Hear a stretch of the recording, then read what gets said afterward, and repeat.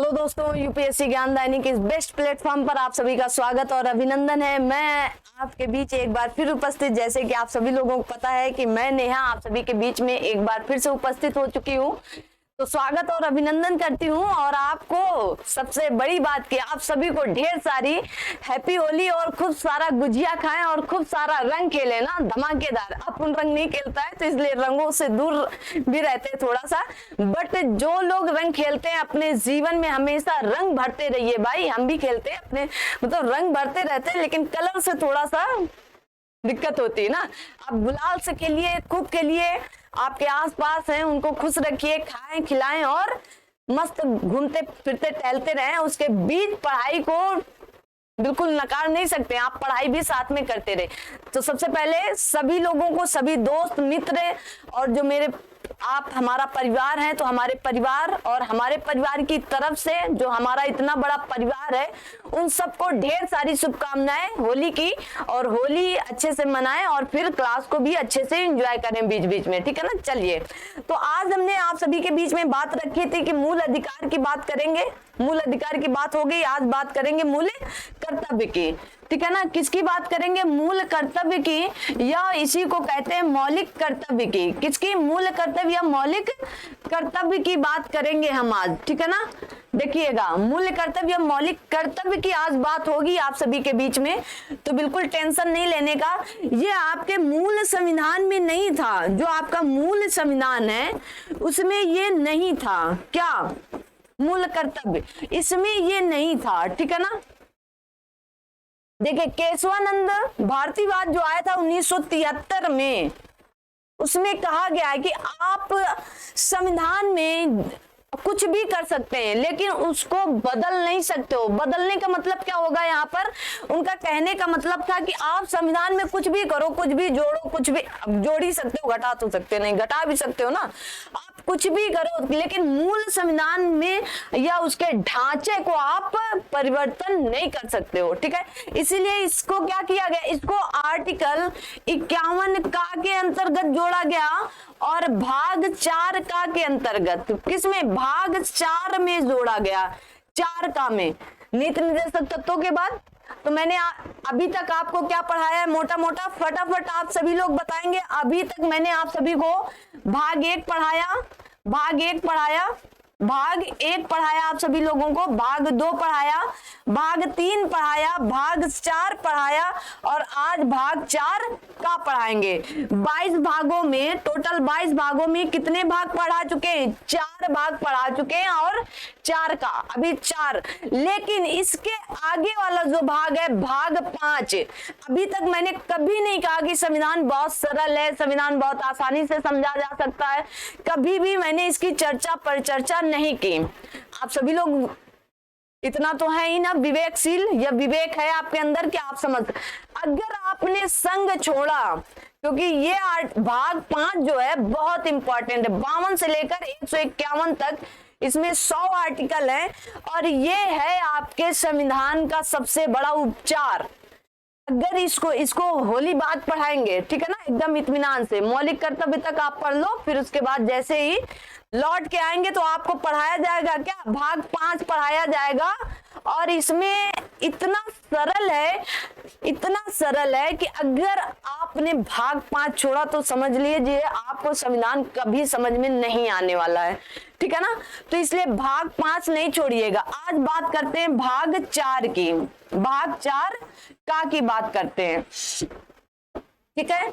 मोटा मोटा आप समझिए पहले भाग 4 का की। अरे भाई, कौन सा कलर दिखेगा इसमें?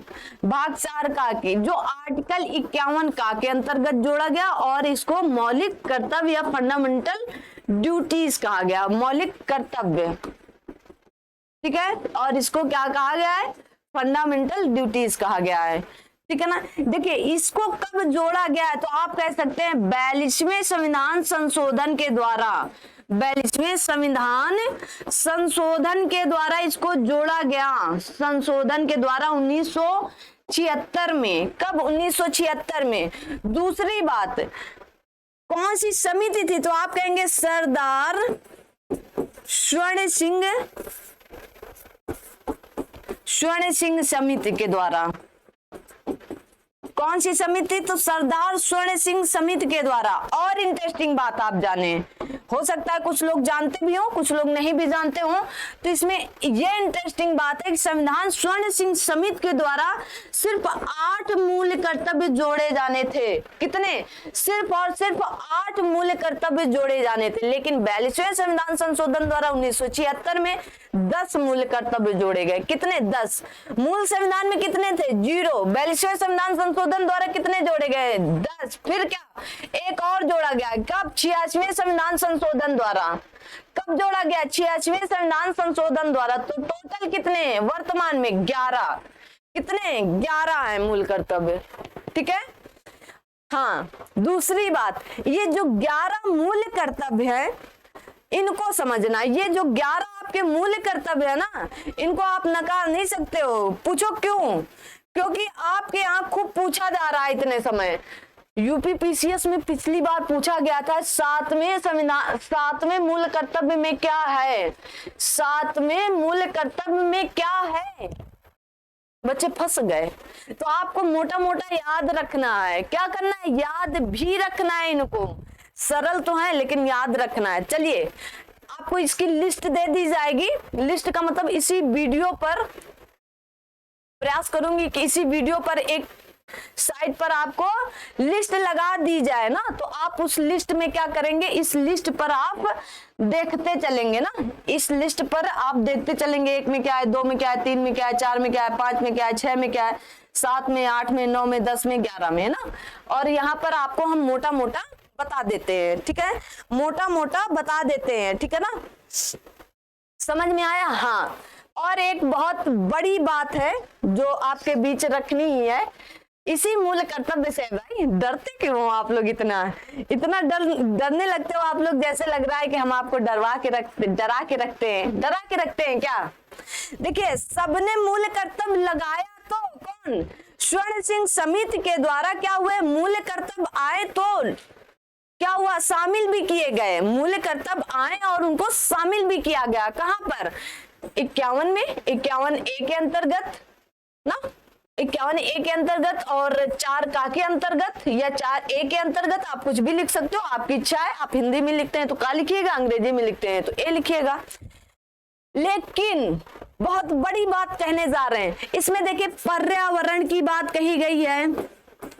अगर व्यक्ति की बात की जाए कि व्यक्ति पर्यावरण की संरक्षण या रक्षा करेगा, व्यक्ति करेगा, तो कहाँ आएगा? FD में आएगा, मतलब फंडामेंटल ड्यूटीज में आएगा। और अगर राज्य की बात की जाए कि राज्य पर्यावरण का ध्यान, वन संरक्षण रखेगा, ठीक है, पर्यावरण संरक्षण आएगा। तो इन सब की राज्य की जब बात लिखी हो तो आप कहेंगे DPSP में आएगा। बहुत डाउटफुल क्वेश्चन है, बहुत डाउटफुल को मैंने आपके सामने रखा है, क्योंकि ये प्रश्न पूछा जाता है कि पर्यावरण से संबंधित बातें आपके DPSP में भी कही गई हैं। DPSP में आर्टिकल 48 के अंतर्गत ये बात कही गई है और यहाँ पर भी कही गई है आपके फंडामेंटल ड्यूटीज में। तो इत्मीनान से, मतलब एक एक पॉइंट पढ़ेंगे। हर कर्तव्य व्यक्ति के द्वारा किया जाएगा। कहाँ पर? फंडामेंटल ड्यूटीज में या मूल कर्तव्य या मौलिक कर्तव्य के अंतर्गत। आइए पहला पढ़ते हैं, और पहला पढ़ने के साथ साथ आप कुछ लिखते चलेंगे। क्या करेंगे? कुछ लिखते चलेंगे। सब तो आप लिख नहीं पाएंगे, लेकिन कुछ आप लिखते चलेंगे। भारत के प्रत्येक नागरिक का यह कर्तव्य होगा। ये लाइन आपको सब में जोड़ना है, ठीक है ना।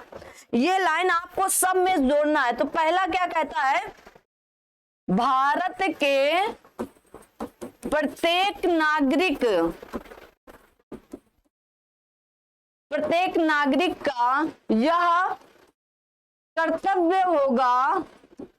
ये लाइन इतनी हर किसी में जोड़ना है, हर किसी में, 1 से लेकर 11 तक में हर किसी में आपको चिपका देना है, ठीक है ना। ये कर्तव्य होगा। क्या होगा? भारत में कहा गया है, भारत के प्रत्येक नागरिक का यह कर्तव्य होगा। क्या कर्तव्य होगा? देखिए, दिख रहा है ना आप सभी लोगों को। कहा गया प्रत्येक नागरिक का यह कर्तव्य होगा कि प्रत्येक व्यक्ति का कर्तव्य होगा कि संविधान का पालन करें। जो आपका संविधान है, संविधान का पालन करें, संविधान का पालन करें, ठीक है, पालन करने का। राष्ट्रगान, राष्ट्रध्वज, क्या करना है, राष्ट्रगान और राष्ट्रध्वज की सम्मान करना है। राष्ट्रगान राष्ट्रध्वज का आपको क्या करना है, सम्मान करना है। क्या करना है, इनका सम्मान करना है। ठीक है, सम्मान। अगर आपके सामने कहीं राष्ट्रगान बज रहा है, आपको सुनाई दे रहा है, आपके कानों तक जा रहा है जनगण मन, तो आपको सावधानी की स्थिति में खड़े हो जाना है। कहीं पर आपका राष्ट्रीय ध्वज या राष्ट्रीय तिरंगा लहरा रहा, फहरा रहा है, आपको एक सलाम तो देना बनता है, आपको एक सम्मान उसके नाम पर दे देना है।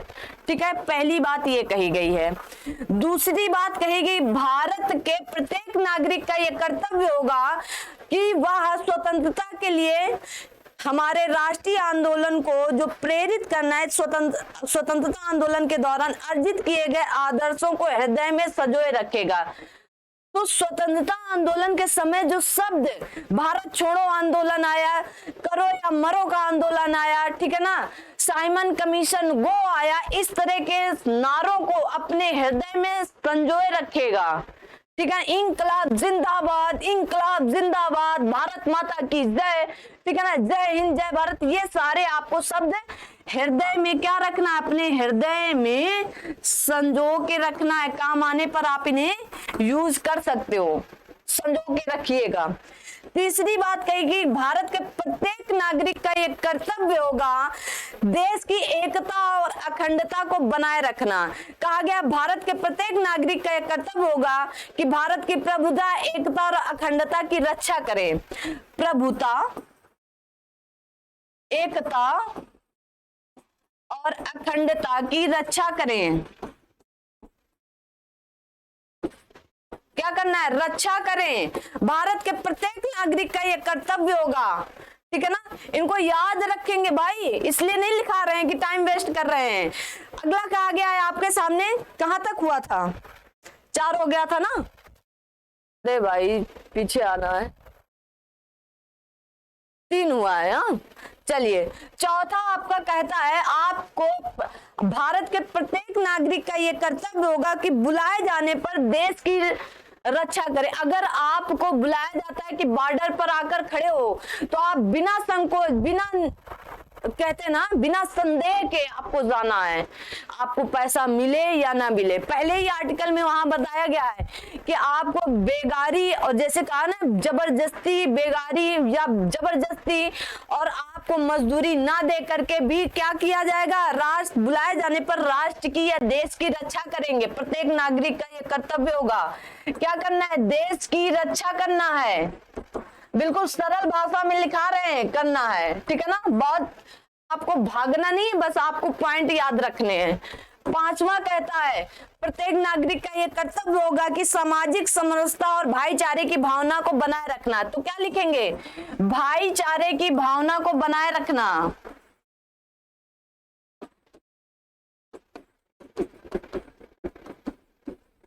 भाईचारे की भावना को बनाए रखना मतलब यहां पर नहीं कहेंगे हिंदू मुस्लिम सिख ईसाई सब भाई भाई।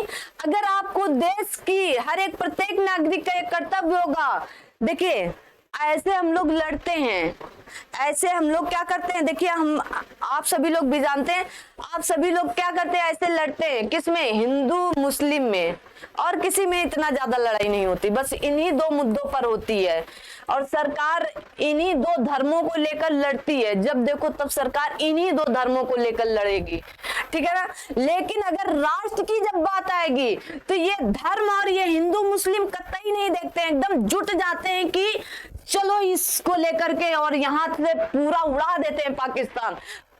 तब हिंदू मुस्लिम नहीं देखते हैं, तब राष्ट्र की एकता और अखंडता देखी जाती है। क्या देखी जाती है, राष्ट्र की एकता और अखंडता की बात की जाती है। तो आप लोग ध्यान रखकर पढ़ेंगे इसको। ठीक है ना, हमारे यहाँ क्या कहा जाता है,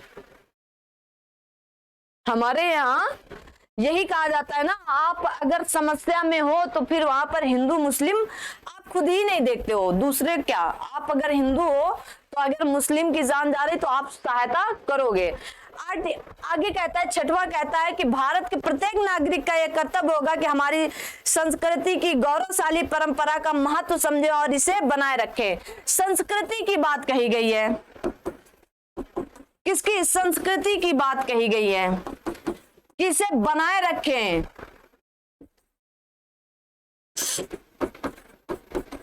देखिए, बनाए रखें। आर्टिकल इसी में कहा गया था कि इनको दंड योग बनाए, मतलब अगर किसी ने अगर इसको नहीं किया संस्कृत दंड योग बनाए, लेकिन ये नहीं लगाया गया था प्रावधान। दंड योग हो जाएगा तो ये फिर क्या हो जाएंगे? न्याय योग्य हो जाएंगे ना। नहीं तो अब तक जो फटी जीन्स लोग पहनते हैं ना, नहीं पहनते, सीधा जेल के अंदर। कहाँ? जेल के अंदर। इसीलिए हमारी संस्कृति नहीं कहती है, जो वेस्टर्न कल्चर से चला आ रहा है एकदम धक धक मारे और हम लोग उसको एकदम भका भक लिए जा रहे हैं, तो भका भक नहीं लेना है ना।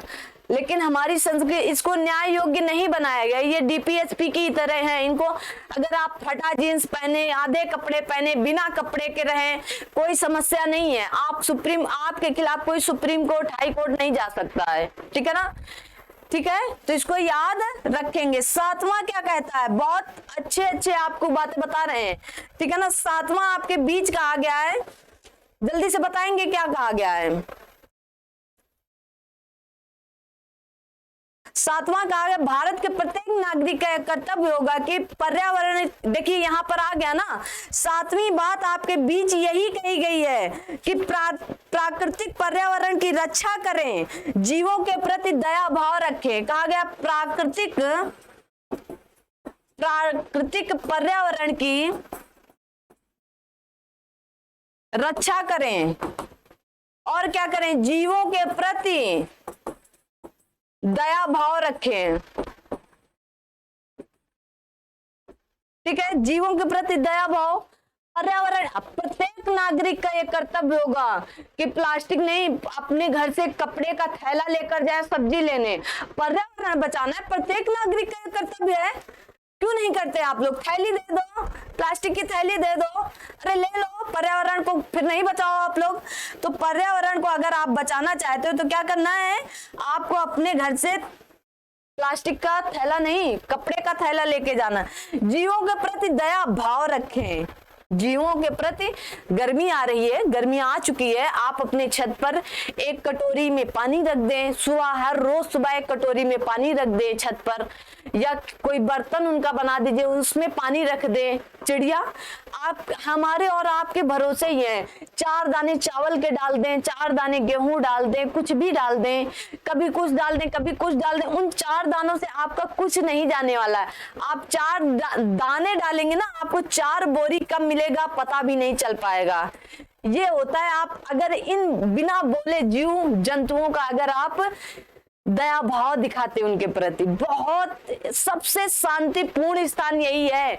दया करिए किसी के प्रति, इनके प्रति। अगर जो प्राणी, देखिए जो कुत्ते होते हैं, कुत्ते खाते रहते हैं इधर उधर का, अगर आप हमारे यहाँ रोज रोटियां एक कुत्ते को दी जाती है और एक गाय को दी जाती है। ठीक है, बल्कि एक से ज्यादा गाय को चली जाती है, लेकिन कुत्ते को भी दी जाती। तो जब हम लोग ऊपर से कुत्ते के लिए बुलाते हैं तू तू तो करके, तो तुरंत एकदम एक साथ 4 कुत्ते आते हैं। 4 भाई साहब, 4 कुत्ते आते हैं।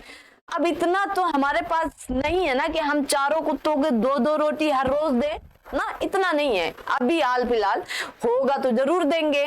और वो कौन से कुत्ते? वो गली के कुत्ते हैं, गली के कुत्ते। ठीक है, कोई हम पाल नहीं रखे हैं, गली के कुत्ते हैं, लेकिन हम इनको रोटी देते हैं। हमारे यहाँ रोटी है, बची है, नहीं बची तो इनको बचाया जाता है कि 2 रोटी में 4 कुत्तों को निपटा दिया जाता है। कभी कभी 1-2 आते हैं बुलाने तू तू करने से, तो उन्हीं 2 में 1-1 दे दी जाती। जितना होता है हम लोग प्रयास करते हैं 2 रोटी से नीचे कभी ना बचे, ताकि आधी आधी रोटी उनको दी जा सके 4 कुत्तों के बीच में। हर रोज का ये नियम है, और 1 रोटी गाय को जाती है। ठीक है, तो दया भाव दिखाएंगे अपने किसके? जीवों के प्रति। चींटी है, आटा डाल दिए, लोग पानी डाल देते, फेंक देते, अरे चींटी है बह जाएगी। आप उनको क्या आटा डाल दीजिए, अपने आप वो चली जाएंगी। भाई क्यों उनको मारते हैं? वो अपने आप भागते हुए चली जाएंगी, कोई समस्या नहीं होती है उनसे। ठीक है ना? चलिए अगला कहता है कि यहाँ पर कहा जाता है कि भारत के प्रत्येक नागरिक का एक कर्तव्य होगा, क्या होगा, प्रत्येक नागरिक का एक कर्तव्य होगा कि क्या हुआ, अरे रहम, प्रत्येक नागरिक का एक कर्तव्य होगा वैज्ञानिक दृष्टिकोण का विकास करें। किसका? वैज्ञानिक दृष्टिकोण का विकास करें। वैज्ञानिक दृष्टिकोण का विकास कैसे करेंगे? अच्छा आप बताएं, वैज्ञानिक दृष्टिकोण का जैसे विकास करना हो तो आप कैसे करेंगे वैज्ञानिक दृष्टिकोण का? वैज्ञानिक दृष्टिकोण का तो आप देखिए इतने समय क्या चल रहा है, तो आप देखते होंगे इतने समय, आप सभी लोग जानते होंगे कि वैज्ञानिक दृष्टिकोण से आप खोजबीन, अनुसंधान संस्थान वगैरह वगैरह, एनजीओ वगैरह खूब देख रहे हैं ना। आप अपने ऊपर सर्च करके देख सकते हो, आप किसी के बारे में जानना चाहते हो आप विकिपीडिया पर जाकर देख सकते हो, कुछ भी देख सकते हो। तो बहुत ज्यादा वैज्ञानिक दृष्टिकोण का विकास हुआ। नवा क्या कहता है कि भारत के प्रत्येक नागरिक का एक कर्तव्य होगा कि सार्वजनिक संपत्ति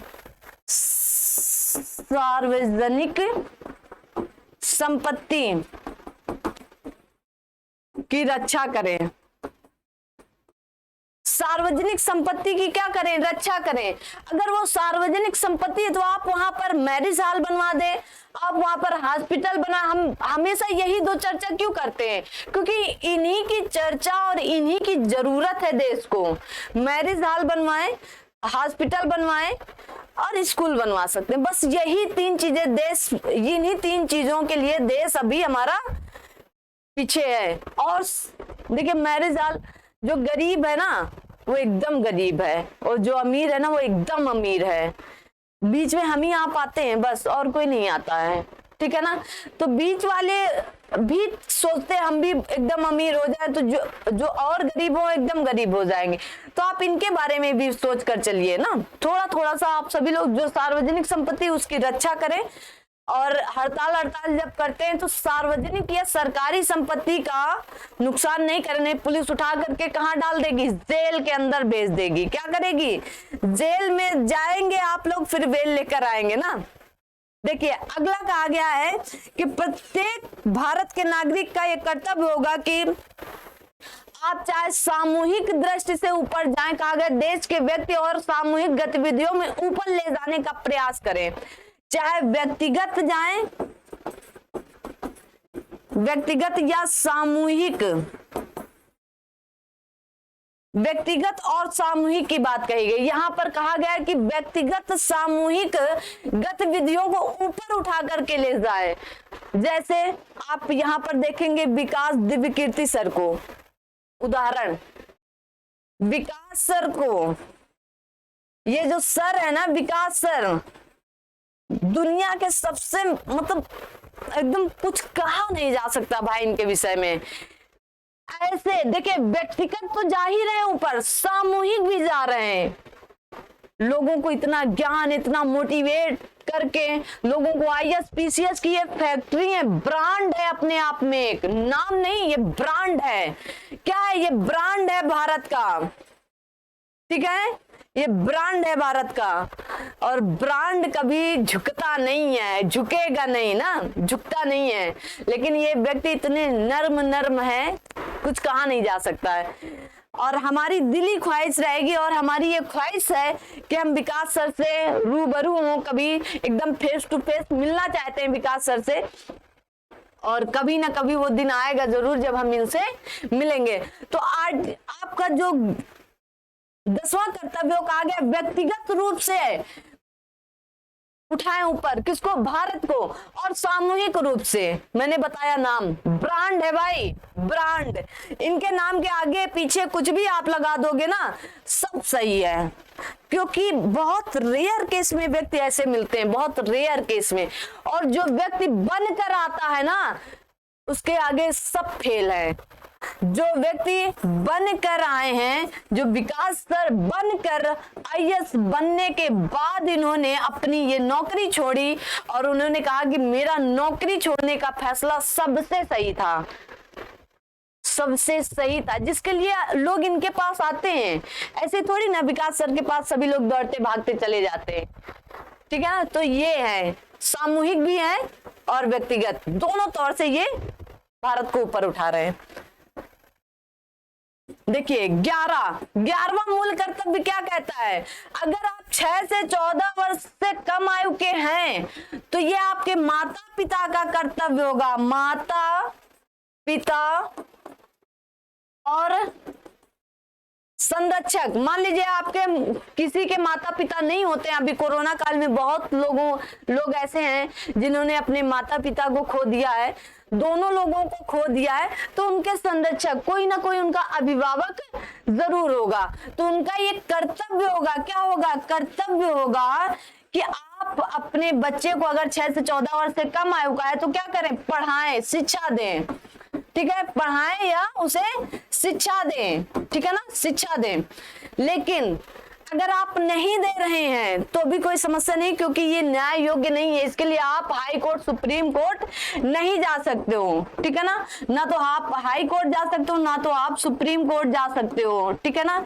इसीलिए तो सरकारी अस्पताल जाकर देखिए, सरकारी स्कूल और प्राइवेट स्कूल जाकर देखिए, सिर्फ यहाँ पर तो व्यवस्थाएं हैं, लेकिन गवर्नमेंट कॉलेज स्कूल जो है यहाँ पर क्या है, सिर्फ बच्चे खाने के लिए आते हैं। यहाँ पर सबकी कमियां हैं थोड़ी थोड़ी सी। माँ बाप जो थोड़ा सा गरीब है वो भेजना नहीं चाहते हैं, और जो वहां के टीचर हैं वो पढ़ाना नहीं चाहते हैं। लेकिन सब जगह अब ऐसा नहीं रह गया, कहीं कहीं ऐसे बेहतरीन स्कूल हो चुके हैं कि अच्छे प्राइवेट फेल हो गए। दिल्ली, यूपी में भी कुछ ऐसे कॉलेज हैं या स्कूल हैं हमारे यहाँ जो प्राथमिक स्तर के हैं, जहां बहुत अच्छी पढ़ाई होने लगी है। अब ये आपके 11, ये कब जोड़ा गया था, 11वां 86वें संविधान संशोधन द्वारा 2002 में इसे जोड़ा गया, ठीक है। 2002 में इसे क्या किया गया था, जोड़ा गया था, ठीक है ना, इसको याद रखेंगे आप। देखिए देश की प्रभुता और अखंडता की रक्षा करने के लिए यही मूल कर्तव्य लाए गए थे। और यहाँ पर जो सबसे बड़ी बात होती वो है आपकी कि जस्टिस वर्मा समिति यहाँ पर एक थी। कौन सी, जस्टिस वर्मा समिति, जिसकी हम बात अक्सर करते हैं, वर्मा समिति की। किसकी, वर्मा समिति की, जस्टिस वर्मा। इन्होंने ही कहा कि आप एनजीओ को न्यूज़पेपर में दिखाओ। इनके कहने से ही मूल कर्तव्य, उन्होंने कहा शिक्षा को आप न्यूज़पेपर मीडिया में सब जगह फैलाकर दिखाए तो कि लोगों की ये कर्तव्य है, आप दिखाए लोगों का ये कर्तव्य कि राष्ट्रगान जब भी बजे तो आप सावधान की स्थिति में खड़े हों, राष्ट्रीय ध्वज या तिरंगा कहीं पर भी आपको दिखे तो आप क्या करें, तुरंत उसे एक सलूट दें या उसके सम्मान के लिए थोड़ी देर के लिए खड़े हो जाएं। इन्होंने कहा, इनके ही कहने से बहुत ज्यादा, कि एनजीओ को आप दिखाओ, एनजीओ को आप न्यूज़पेपर में दिखाओ, इनके लोग जाने तो कि हाँ ऐसी ऐसी व्यवस्था हमारे भारत के संविधान में दी गई हैं। और इसीलिए इन्हें कहा जाता है कि स्वर्ण सिंह समिति ने तो मूल कर्तव्य को मूल कर्तव्य को जोड़ा गया, लेकिन इन्होंने कहा, इनको कहा जाता है कि ये लागू किए हैं। लागू किसने करवाया, तो इनको कहा जाता है वर्मा जी को, वर्मा समिति के द्वारा, ठीक है, जस्टिन वर्मा समिति के द्वारा। तो ये थे आपके मूल कर्तव्य, आज यहीं तक रखते हैं। अब भाग 5 होली बात शुरू होगा आपका, जो बहुत इंपॉर्टेंट है और बड़े ही डेडिकेशन के साथ इसको आपको पढ़ना है, इसे आप नहीं छोड़ सकते हो, ठीक है ना। चलिए, माँ बाप का कर्तव्य होगा अपने बच्चे को पढ़ाएं लिखाएं, अगर माँ बाप नहीं है तो उनके अभिभावक का यह कर्तव्य होगा, ठीक है ना। चलिए, तो आज के लिए इतना ही, फिर मिलते हैं अगले दिन, तब तक के लिए थैंक यू सो मच। जय हिंद, जय भारत।